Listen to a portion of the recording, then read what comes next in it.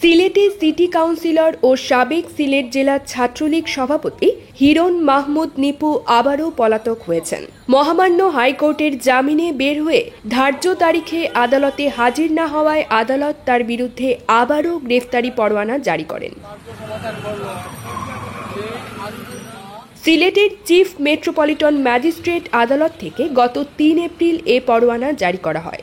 এরপর থেকে কাউন্সিলর হিরণ মাহমুদ নিপু পলাতক থেকে নিহত ছাত্রলীগ কর্মী আরিফের পরিবারকে নানা হুমকি ধামকি দিচ্ছেন বলে অভিযোগ রয়েছে।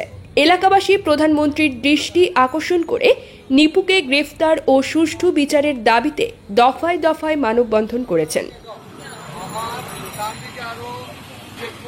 মঙ্গলবার ২ জুলাই সিলেট চৌহাট্টা কেন্দ্রীয় শহীদ মিনারের সামনে বিকাল ৩ ঘটিকায় সিলেট সচেতন মহলের ব্যানারে এ মানববন্ধন করা হয়। নিহত ছাত্রলীগ কর্মী আরিফের মা আখি বেগমের সভাপতিত্বে ও জুয়েল আহমদের পরিচালনায় মানববন্ধনে বক্তব্য রাখেন সিলেট জেলা জজ কোর্ট সিনিয়র আইনজীবী Obaidur Rahman, human rights watch trust of Bangladesh chairman Delwar Hossain Khan, Shahidul Islam, Shakil Ahmed, Monowara Begum, Parul Begum, Jahanara Begum, Mainul Hossain প্রমুখ।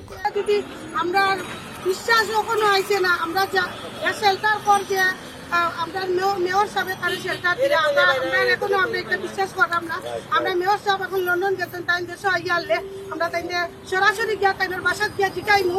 একজন আসামি যদি 7 কাল মাটি নিচে যায় তারপরে প্রশাসন এখান থেকে বাইর করতে পারে, কিন্তু এই প্রশাসন কিসের জন্য পারে না। সরকার দলীয় কতিপয় কর্তা ব্যক্তির প্রভাব খাটিয়ে কাউন্সিলর নিপু গ্রেফতার এড়িয়ে চলেছেন।